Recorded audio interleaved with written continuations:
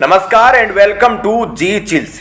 चीन के सामने रूस ने भारत को किया झुकने को मजबूर, लेकिन भारत ने दिया करारा जवाब। 1971 याद दिलाकर रूस ने भारत को मारा तंज, बोला हम ना होते तो तुम्हारा क्या होता।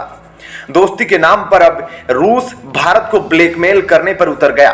क्या पुतिन खेल सकते हैं भारत के साथ गंदा कांड?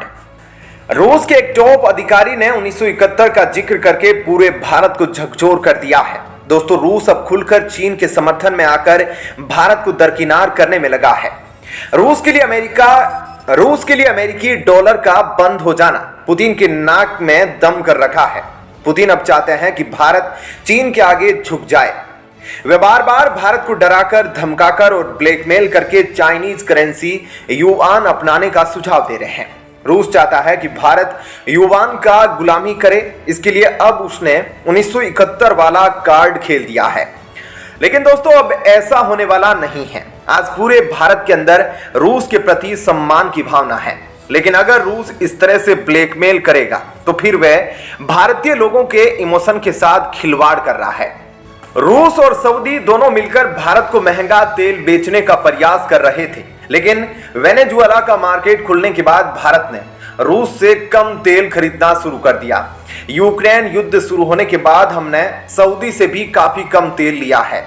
भारत के इस कदम के कारण इस वक्त रूस और सऊदी दोनों की अर्थव्यवस्था चरमराने लगी है। सऊदी तो भारत के सामने घुटने टेक कर हज यात्रा में ऑफर दे रहा है और भारत के सामने तरह तरह का इन्वेस्टमेंट ऑफर भी कर रहा है। रूस ने भी भारतीय लोगों को अपने देश में लुभाने के लिए कुछ ऐसे ही कदम उठाए हैं, लेकिन भारत में निवेश करने के लिए उसके पास पैसे तक नहीं है। रूस चाहता है कि भारत उससे अभी भी महंगा तेल खरीदता रहे।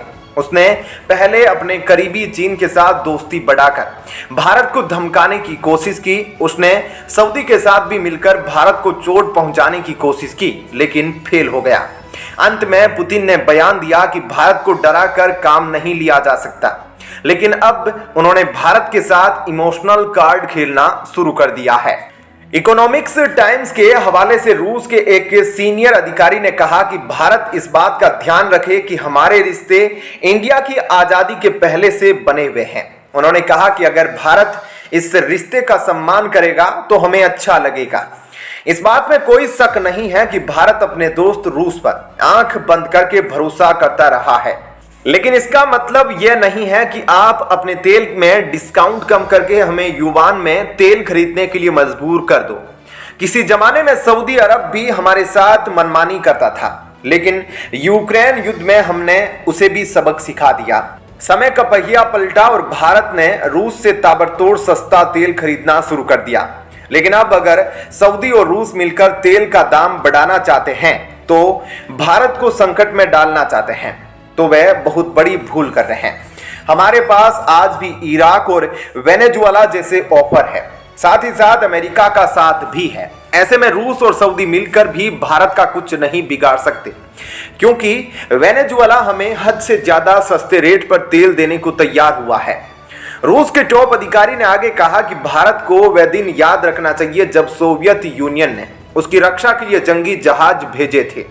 रूस की मदद के कारण ही बंगाल की खाड़ी में भारतीय सेना को अभूतपूर्व जीत मिली थी। दोस्तों, रूस इस वक्त भारत को यह सब याद दिलाकर इमोशनल कार्ड खेल रहा है और चाहता है कि भारत उसके महंगे तेल को भी युआन में ही खरीदे। यह बात बिल्कुल सच है कि 1971 में अगर सोवियत यूनियन नहीं आया होता तो आज भारत की स्थिति कुछ और होती। हम रूस के एहसान को नहीं भूल सकते। आज भी भारत का बच्चा बच्चा रूस और भारत के झंडे को साथ देखकर गर्व से फूलने लगता है, क्योंकि रूस ने हमारी तब मदद की थी जब पूरी दुनिया ने भारत को तहस नहस करने का प्लान बना लिया था। भारत के पक्ष में सोवियत यूनियन ने यूएनएससी में वीटो पावर का भी जमकर इस्तेमाल किया है। महज एक साल के अंदर 1 करोड़ से ज्यादा लोग पूर्वी पाकिस्तान यानी आज के बांग्लादेश से भारत की सीमा में प्रवेश कर चुके थे। इन आंकड़ों ने तत्कालीन प्रधानमंत्री इंदिरा गांधी की चिंता को बढ़ा दिया था। अमेरिका और ब्रिटेन का जंगी बेड़ा जब तक बंगाल की खाड़ी में आता, उससे पहले ही रूस ने मोर्चा संभाल लिया था। वह पल धूप में अकेले खड़े भारत के लिए रूस के द्वारा लाया गया छाया जैसा था। रूस और भारत की ताकत के सामने अमेरिका और ब्रिटेन डर कर भाग गए। इसके बाद दोनों दोस्तों ने मिलकर पाकिस्तान को जमकर कूटा था। 16 दिसंबर को 90,000 से ज्यादा पाकिस्तानी सैनिकों ने भारतीय सेना के सामने सरेंडर किया और इस प्रकार बांग्लादेश का निर्माण हुआ था और पाकिस्तान के 2 टुकड़े हुए थे। हम इस एहसान के नीचे दबे हुए हैं। इसके लिए हम रूस का जितना भी आभार व्यक्त करें कम लगता है, लेकिन इसका मतलब यह नहीं कि हमने आपके लिए कुछ नहीं किया। पिछले 50 सालों से हम आपके द्वारा दिए गए हथियारों का इस्तेमाल कर रहे हैं। निश्चित तौर पर इन हथियारों ने हमारे देश को मजबूती प्रदान की है, लेकिन इसके बदले हमने आपको बिलियंस ऑफ डॉलर भी भेजे हैं। आपके हथियार मार्केट को चमकाने में हमने बहुत बड़ी भूमिका निभाई है। इतना ही नहीं, यूक्रेन युद्ध के समय भी हमने सऊदी और यूएई जैसे देशों को भाड़ में डाल दिया और हमने अपना लगभग सारा तेल रूस से ही मंगाया। हमने रूस की तब मदद की जब पश्चिमी देशों ने अपना मुंह मोड़ लिया।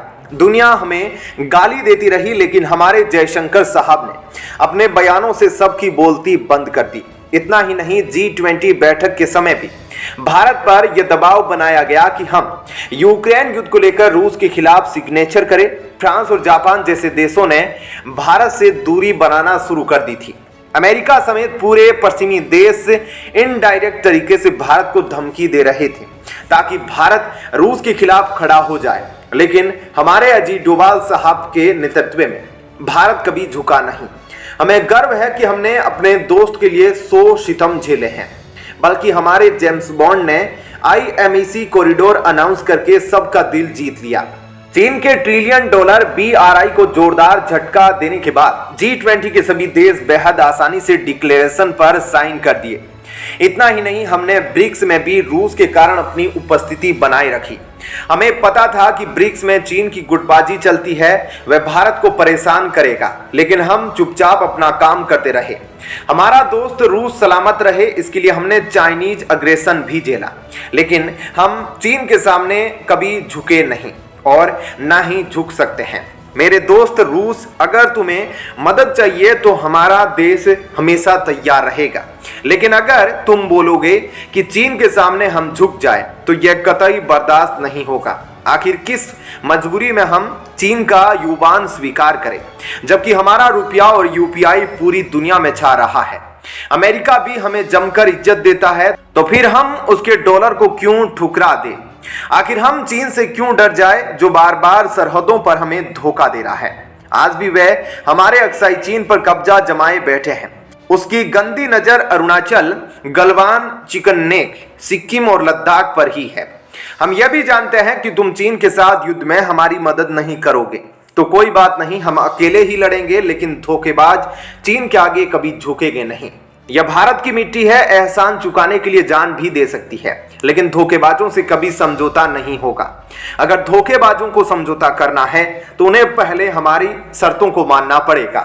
जब जब भारत और अमेरिका की दोस्ती बढ़ रही है, तब तब रूस कुछ ऐसे कारनामे कर रहा है जिसे देखकर पूरे भारत की भौहें ऊपर उठ जाती है और रूस के प्रति सवाल उठने लगते हैं। आपके चक्कर में हमने पिछले कई सालों तक हथियार बनाना सीखा नहीं। हालांकि आपने हमें ब्रह्मोस जैसा मिसाइल बनाना सिखाया, आपने हमें अंतरिक्ष का भी सैर कराया। दोस्तों, इस पूरी अपडेट और विश्लेषण पर आप अपनी राय हमें नीचे कमेंट बॉक्स में लिखकर अवश्य बताएं। जय हिंद, जय भारत।